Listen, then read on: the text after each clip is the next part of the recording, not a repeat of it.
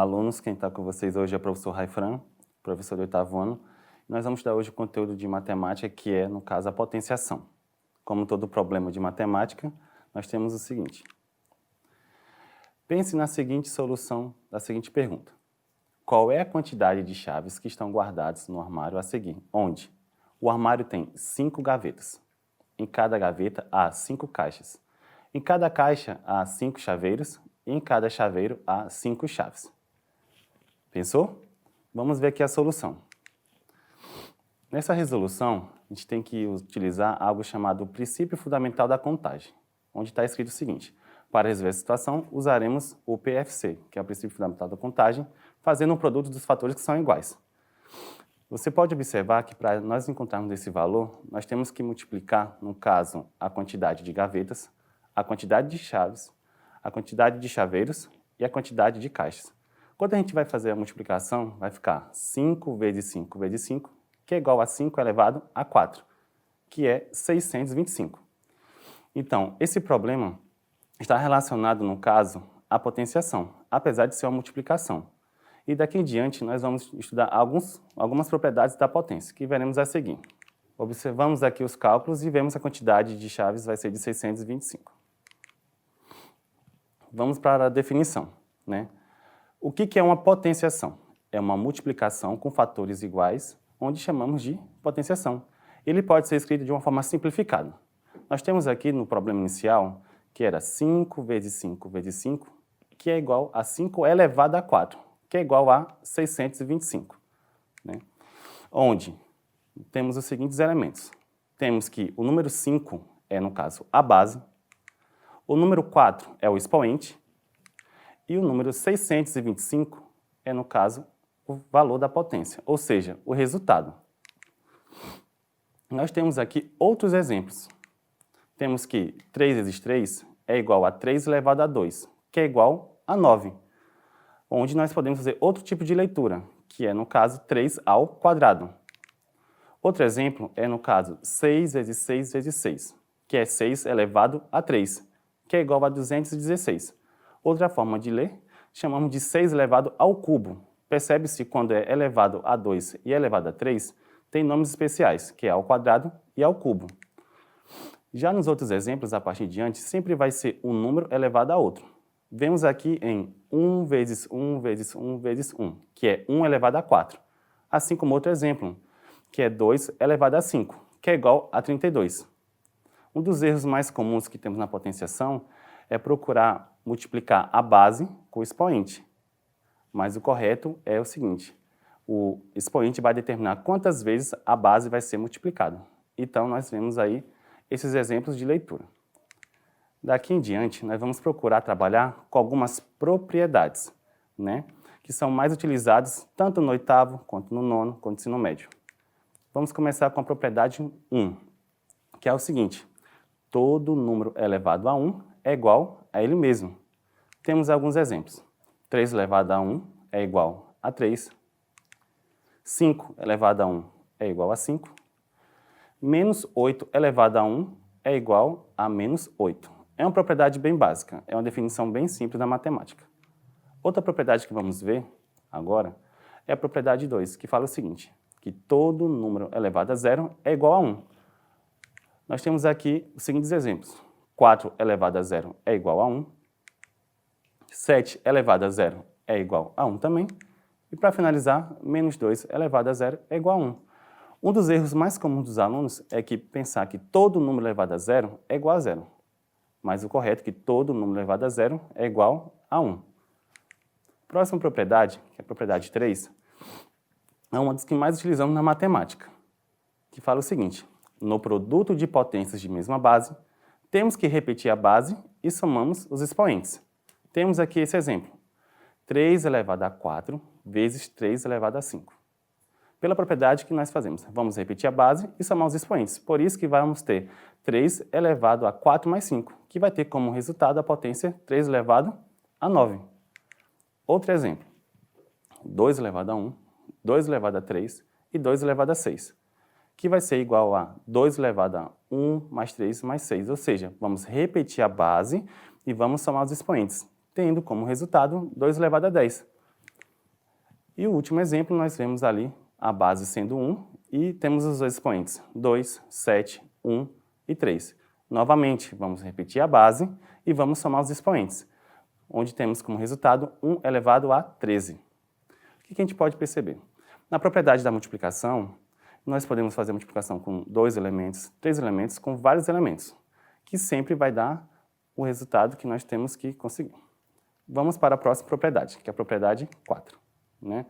A propriedade 4 trabalha o seguinte, com a divisão. E fala o seguinte, no quociente de potências de mesma base, temos que repetir a base e subtrair os expoentes. Né? Quando falar a palavra quociente, você tem que estar ligando ele à divisão. Então, chegamos no seguinte caso. Na divisão, nós vamos repetir novamente a base e vamos subtrair os expoentes. Nesse exemplo, nós temos 3 elevado a 5 dividido para 3 ao cubo. Vamos repetir a base, que é 3, e subtrair os expoentes, que é 5 e 3, que vai ter como resultado 5 elevado a 2, ou seja, 3 ao quadrado. Nós temos aqui o outro exemplo, 8 elevado a 7 dividido para 8 elevado a 6. Novamente, vamos repetir a base, que é, no caso, 8, e nós vamos subtrair os expoentes 7 e 6, que vai ficar sendo 8 elevado a 1. A outra propriedade, para a gente finalizar, que são 5, é a propriedade potência da potência, conhecida, que fala o seguinte, na potência elevado a outro expoente, novamente, conservamos a base e agora vamos multiplicar os expoentes. Exemplo, né? Nós vemos aí na tela que temos 3 elevado a 5, depois elevado ao quadrado. Nessa propriedade, nós vamos repetir a base e vamos multiplicar os expoentes. 5 vezes 2, 10. Então vai ficar 3 elevado a 10. Professor, mas se tivermos várias potências elevadas? É a mesma forma de resolver. Vamos, no caso, repetir a base, que é 4, e vamos multiplicar, no caso, 1 vezes 3 vezes 2, que vamos ter como resultado a potência 4 elevado a 6. E assim nós resumimos as propriedades, no caso, da potenciação. Né? Observa aqui comigo. Você pode observar que, na maioria das propriedades, nós temos algo em comum. Né? Das 5 propriedades, temos que todo número elevado a 0 é igual a 1, todo número elevado a 1 é igual a ele mesmo, e as outras 3 propriedades, geralmente, vamos repetir a base e fazer alguma coisa com o expoente.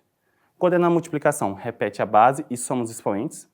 Quando é divisão, repete a base e subtrai os expoentes. E quando é a potência da potência, a gente vai repetir a base e vamos multiplicar os expoentes.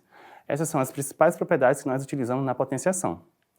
Como todo o assunto que é estudado, nós temos que ter algumas aplicações. Eu procurei trabalhar com vocês 2 tipos de aplicações na matemática, que vamos ver agora a seguinte na tela.